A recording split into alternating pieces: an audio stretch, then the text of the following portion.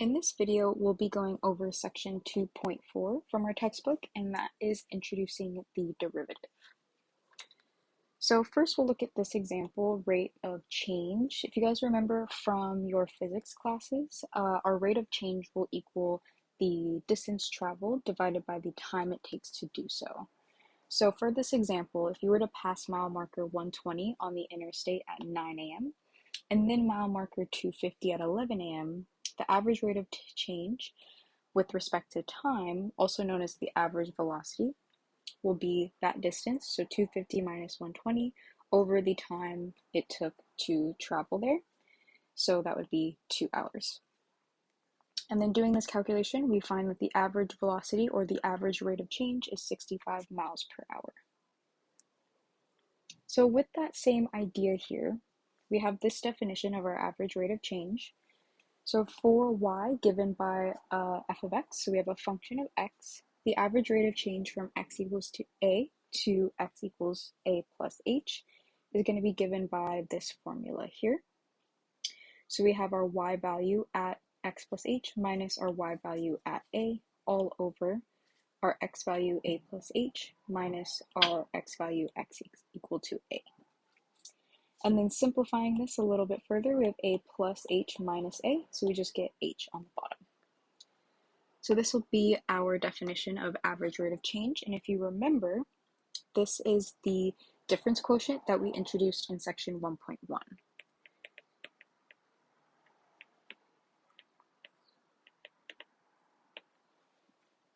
Alright, so let's look at an example of this.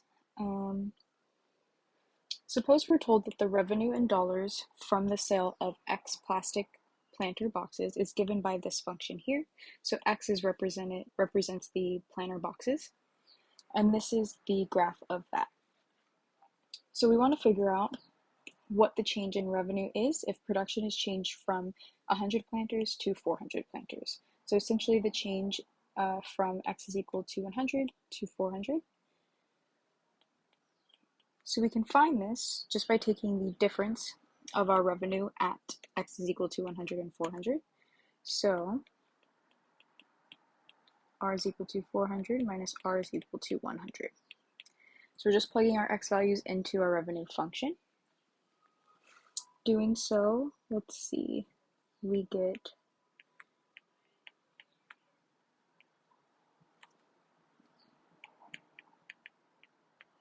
So we're plugging 400 in, and then we're subtracting, plugging 100 in.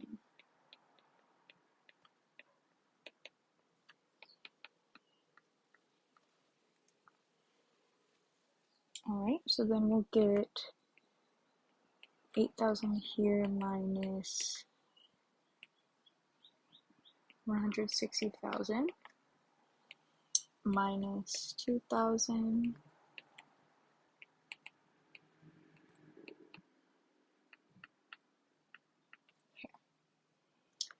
Alright, so then we get 8,000 minus, we get 3,200 minus 1,800, and that gives us 3,000.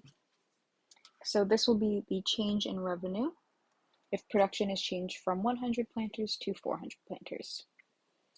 And then for part B, it asks what is the average rate of change in revenue for this change in production. So we're going to use our average rate of change formula.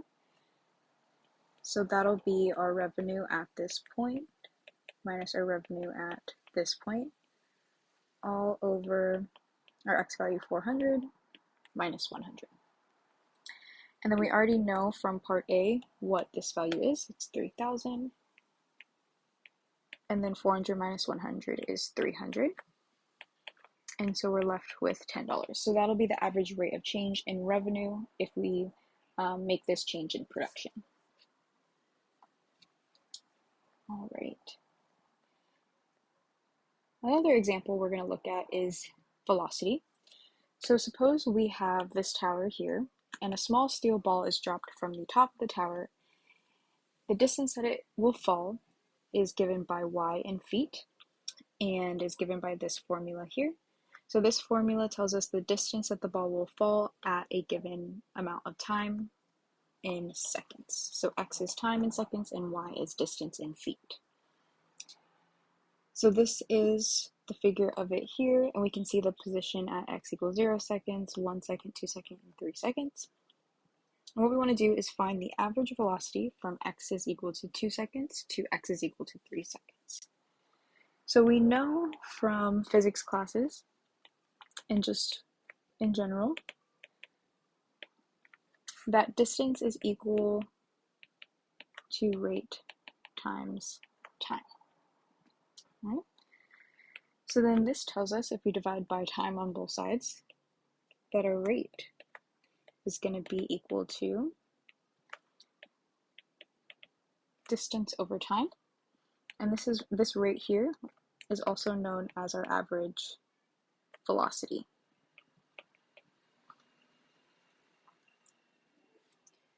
All right, so this tells us, since, remember, y is our distance in feet that the ball will fall, and x is our time in seconds. So our average velocity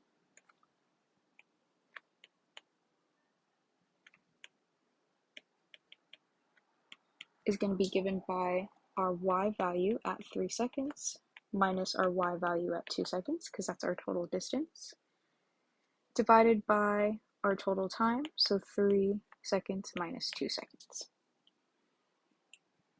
All right, then plugging this into our function, so we have 16x squared, I believe. Yes, 16x squared, so plugging 3 in for x, and then 2 in for x here. We end up with 80 feet per second as our average velocity.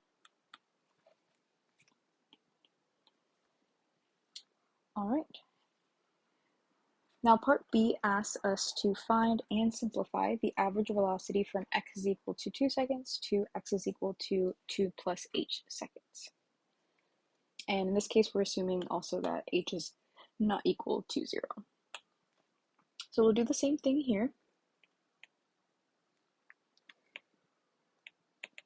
Our average velocity is going to be our distance at 2 plus h seconds minus our distance at 2 seconds, all over our change in time. So we have 2 plus h minus 2. So we have x value 2 plus h, and our x value is 2 here. So plugging this in to our function, all we're going to do is plug in a 2 plus h wherever we see an x in our function. So we get 16 times 2 plus h squared minus 16 times 2 squared, all over just h, because we have 2 plus h minus 2, so these guys will cancel. All right, so multiplying this 2 plus h squared, we should get h squared plus 4h plus 4.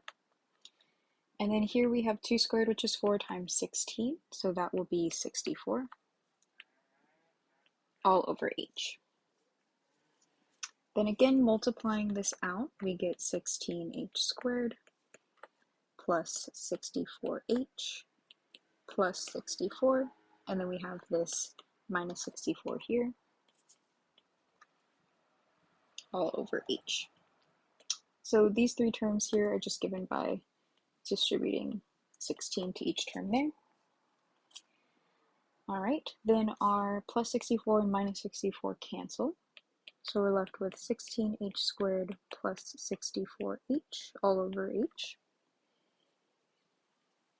Then we have an h in every single term here, so we can pull that out. So we have h over 16h, sorry, times 16h plus 64 all over h. So all we did was just pull out an h from both of these terms. And then we see that these guys will cancel. And then we're left with 16h plus 64. All right, so that'll be our average velocity. Then part C asks us to find the limit of the expression from part B as h goes to 0, if that limit exists. So we're asked to find the limit of our function, or our difference quotient from part B, as h goes to 0. And then we figured this out, that it was 16h plus 64. So we're just taking the limit of 16h plus 64 as h goes to 0. And then all we have to do here is plug in our 0 for h, and so we get 64 feet per second. All right, so this tells us that as we're getting closer and closer to 0, our function is getting closer and closer to 64. And then I believe, part D asks us to discuss some interpretations of this, so we'll go into more detail about that. So essentially what is happening is that the average velocity over smaller and smaller intervals is going to approach this. So what I mean is, let's write this out. So as h approaches 0, we have this interval, right? We have 2 plus h to 2. And as h approaches 0, this interval is getting smaller and smaller.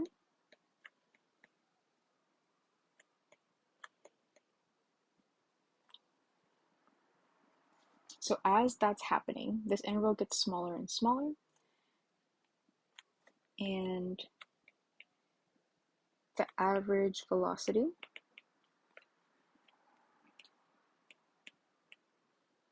approaches 64 feet per second. And this is because, just to reiterate, as h goes to 0, what's happening to our interval, let's start with maybe h is equal to 1. Our interval would then be 3, because we have 2 plus h, so 2 plus 1 to 2, so our interval is 3 to 2. Then if we were to let h get closer to 0, so 0.5, our interval would be 2 plus 0.5, so we get 2.5 to 2. And then again, let's get closer to 0, so we have, let's let h be 0.1. Then our interval is then 2.1 to 2. So what we're saying is that as h goes to 0, or gets closer and closer to 0, this interval gets smaller and smaller, and the average velocity approaches 64 feet per second. So this tells us that the limit of this difference quotient here, as h approaches 0, is going to be the velocity of our ball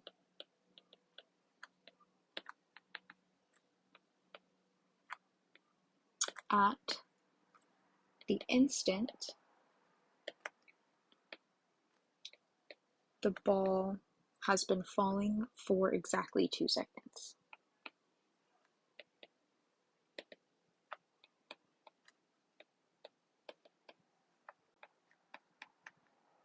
We'll abbreviate that there. And then in other words, this is what's called the instantaneous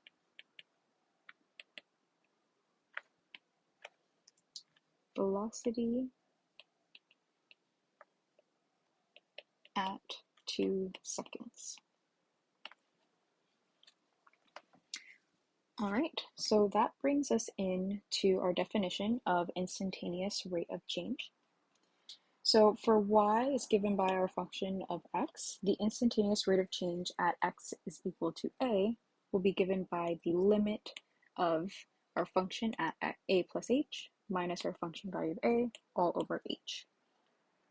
And this is the case if our limit exists. All right.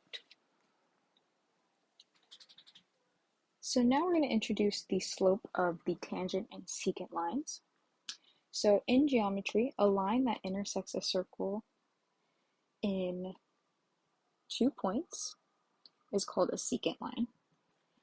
And then a line that intersects a circle in exactly 1 point is called a tangent line. So if we look at this figure here, we have this circle, and we have this tangent line here in red, and it's only intersecting the circle at 1 point, P. And then our secant line here is intersecting our circle in 2 points, P and Q. Now we will use some concepts of the secant and tangent line of a circle and use them to study the graphs of our functions in a little bit. And then just a little reminder here that the slope of the line through 2 points, x1, y1, and x2, y2, is going to be the difference of the y coordinates divided by the difference of the x coordinates here.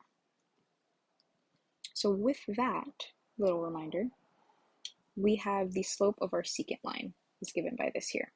And this is because if we're to look at this diagram here on the right, we have this first point here and this first point here as this secant line is intersecting our function f of x.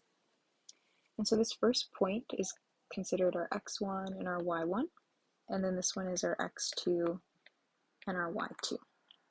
So our y2 is f of a plus h, so that's here, and our x2 is,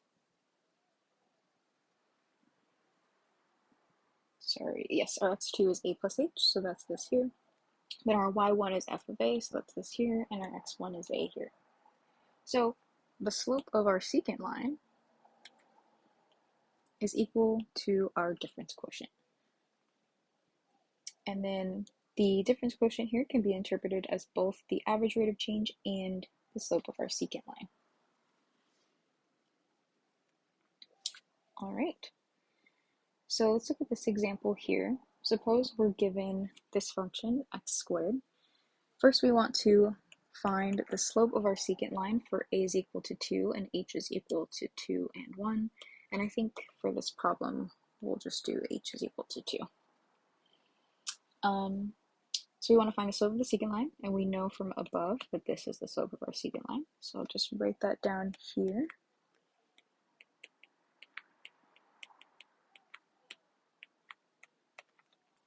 And we're told that a is equal to 2 and h is equal to 2. So this will be f of 2 plus 2 minus f of 2 all over 2. Right? Then plugging this into our equation, we have f of 4. So we have 4 squared, and then f of 2, so that'll just be 2 squared all over 2. And so we get 16 minus 4 over 2, which is equal to 6. All right, so this will be the slope of our secant line for a is equal to 2 and h is equal to 2. Then for part B, we want to find and simplify the slope of the secant line for a is equal to 2 and any non-zero number for h. So we're just letting h be itself. We're not plugging in any number for h. So this will be f of 2 plus h minus f of 2 all over h. All right, so what we're going to do here is just plug in 2 plus h anywhere we see an x in our function. So we get 2 plus h squared, and then f of 2, we're just plugging 2 into our function. So we get 2 squared all over h. So doing this multiplication, we will get h squared plus 4h plus 4. And then we have this minus 2 squared, so that'll be minus 4 all over h. Then these 4's will cancel, and we're left with h squared plus 4h all over h. And then what we can do is pull out an h from both terms in our numerator, and we're left with h plus 4 all over h. And again, these guys will cancel, and so we're just left with h plus 4. So this will be the slope of our secant line for any non-zero values of h. All right, and then part C asks us to find the limit of the expression in part B. So we're looking for the limit of our expression in part B, which is this guy here, as h approaches 0. And then we know from above, from this guy, that this will just be the limit as h goes to 0 of h plus 4. And then plugging in 0 for our h, we get 4.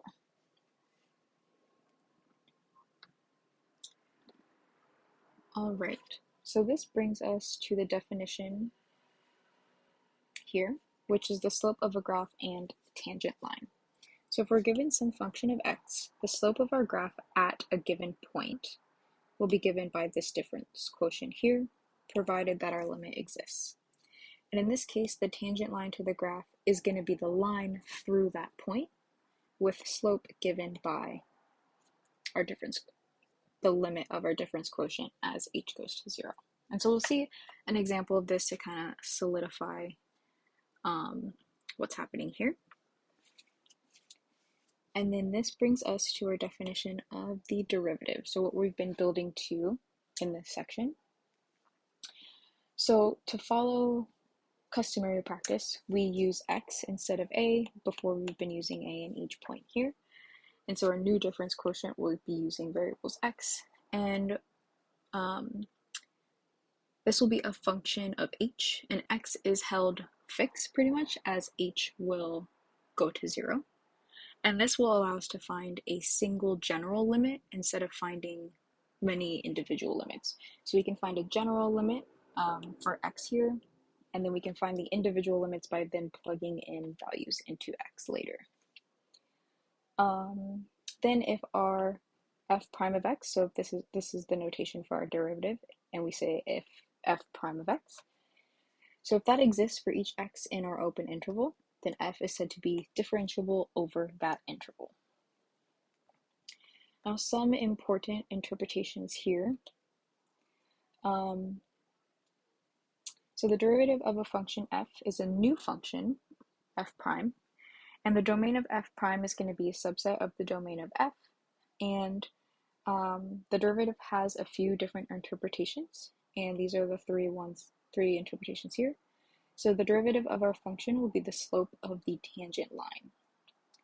It'll also be the instantaneous rate of change and the velocity. So now we'll look at an example of finding the derivative. So we want to find f prime of x, or the derivative of f at x, for this given function here. So remember, we know the derivative is given by this here. So I will just write that out for us so we have it.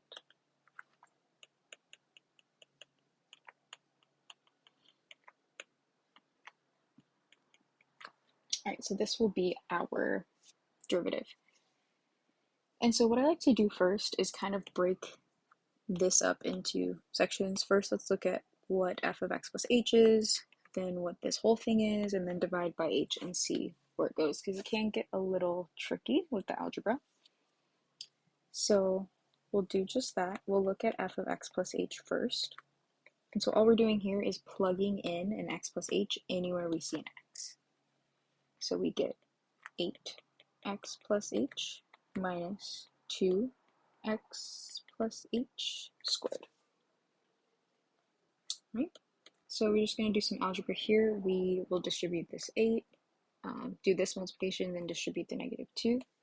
So we get 8x plus 8h minus, we'll do 2 times x squared plus 2xh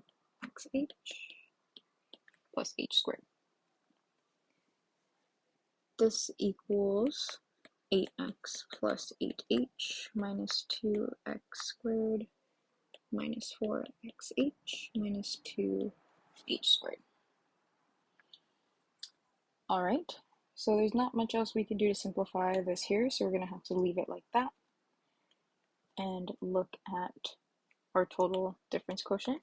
So f of x plus h minus f of x all over h is going to be this guy here minus f of x. So we have 8x plus 8h minus 2x squared minus 4xh minus 2h squared.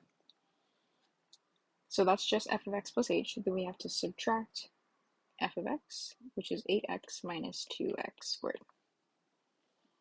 Then this whole thing is going to be over h. Now the first thing we can see here is that this negative is going to distribute to this 8x plus this negative 2x squared.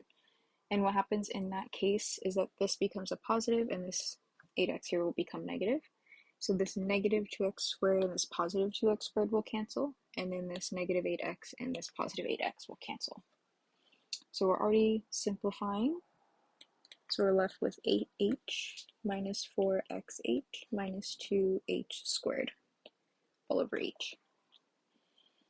Then if you notice, we have an h in every single term in our numerator, so we'll pull that guy out, and we're left with 8 minus 4x minus 2h all over h. And then these guys cancel, and so we're left with 8 minus 4x minus 2h. And so that is just our difference quotient here, and don't forget we still need to evaluate the limit. So our last step here is evaluating that limit of our difference quotient, which we found to be this here.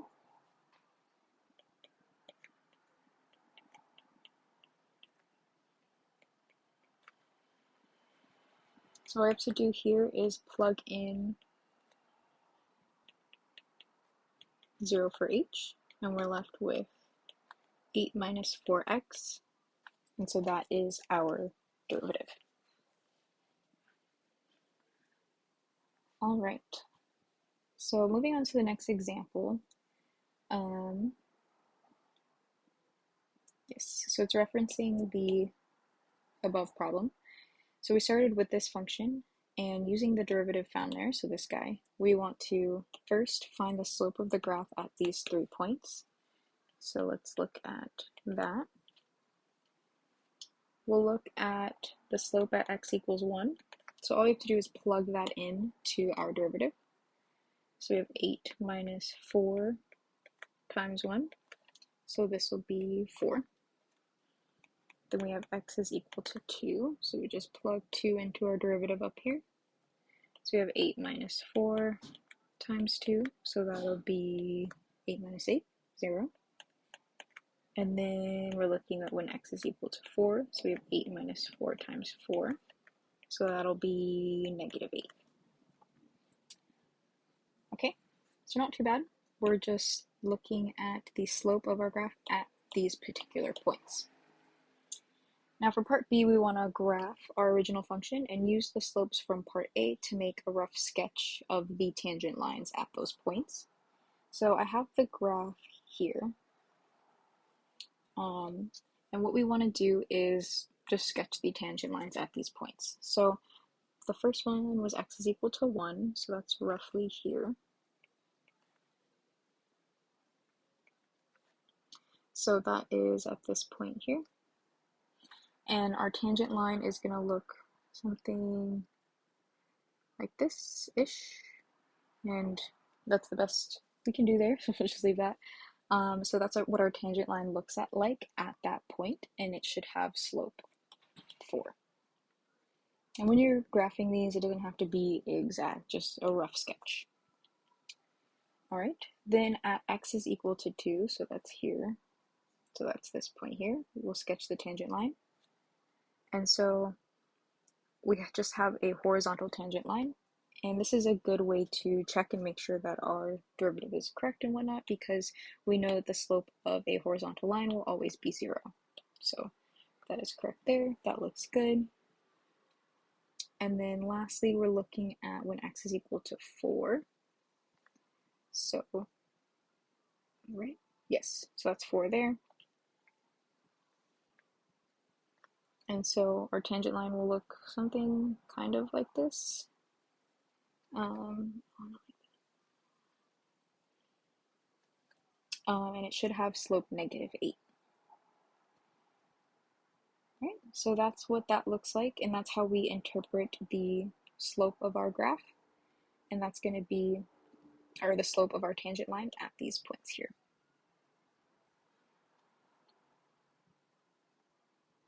All right. The next example we will look at is this guy here. We want to find the derivative of this function. So again, our derivative is going to be our difference quotient, or the limit of our difference quotient, as h goes to 0. And so with a rational function especially, it's good to just look at these in parts. So first we'll do just the numerator, because we're going to be subtracting two fractions. So we'll deal with those separately. So what we're going to do is plug in an x plus h, again, wherever we see an x for the first term. So we have 1 over x plus h plus 2. And then we also have, we're subtracting f of x, which is just 1 over x plus 2. And remember, when we are subtracting fractions, they need to have a common denominator. So that's why I left this big space here. We're going to multiply both sides of this first term by our denominator here. And then we'll multiply top and bottom by our denominator on the other side. All right. So then what we'll end up with is x plus 2 on the top here times, or divided by x plus h plus 2 times x plus 2, so just multiplying across here.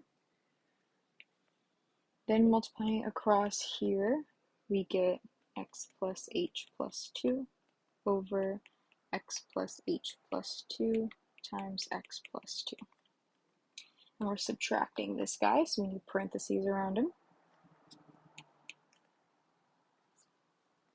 So now what we can do is try to simplify. So we have, I'll write it out. So we have x plus 2 and then minus x and then minus h and minus 2 all over x plus h plus 2 times x plus 2.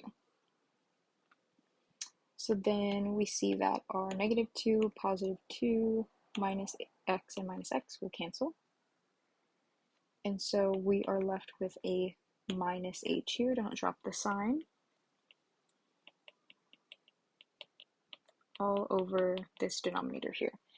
And in these types of problems, I don't really like to simplify this yet, because, or multiply it out, because once we put this h back in and find the limit, it could be that things simplify way nicer without having to multiply this out. So I'm going to leave that guy as is, and we can't simplify this further, but looking at the whole difference quotient, we have, I'm just going to copy this because it might be easier. Here we go. So we have that guy there all over h. And remember, when we're dividing by a fraction, that's the same thing as multiplying by the reciprocal. So then these h's will cancel, and we're left with negative 1 on the top all over this denominator here.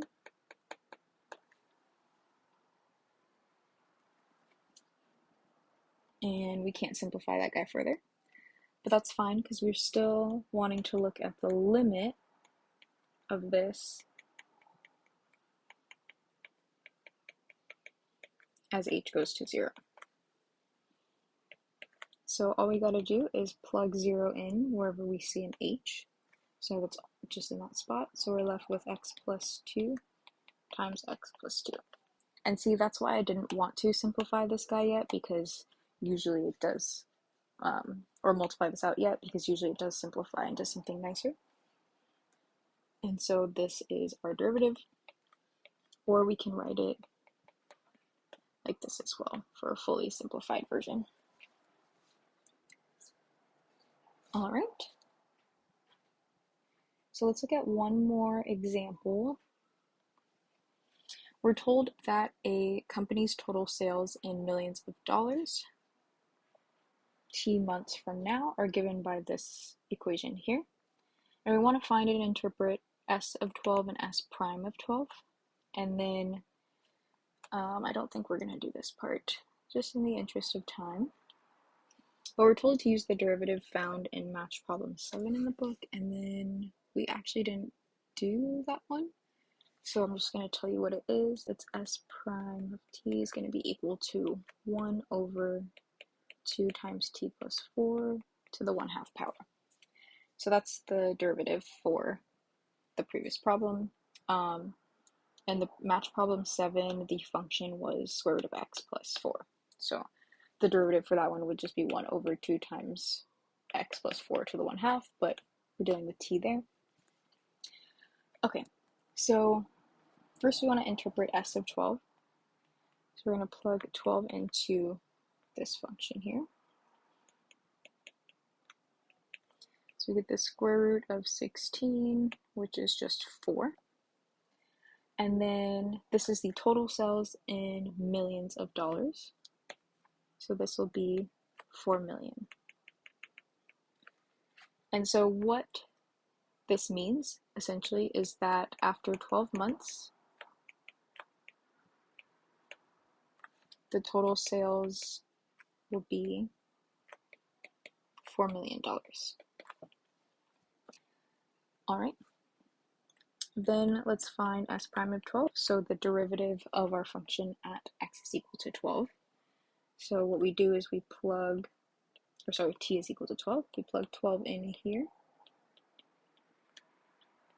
So this will be 1 over 2 times the square root of 16. So that'll be 8. And this in decimal form is equal to 0.125. Now remember, the derivative can also be interpreted as our rate of change. So in this context here, this tells us that the sales will be increasing